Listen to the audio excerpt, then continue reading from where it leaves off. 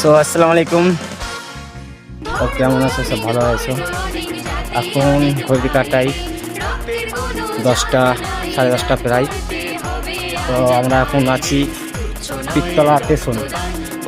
আমরা এখন আছি কোথায়? পিত্তলা স্টেশনে। বহরমপুর উদ্দেশ্যে রওনা দিয়েছি। বহরমপুর যাচ্ছি ব্লাড ব্যাংক বেলা দিতে।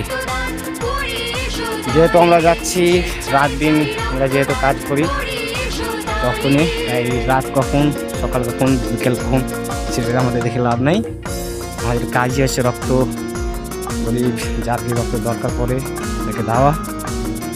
তো ভিডিওটা দেখতে থাকো, স্কিপ করবে না, সম্পূর্ণ ভিডিও দেখাবো একবারই ব্লাড ব্যাংক পর্যন্ত।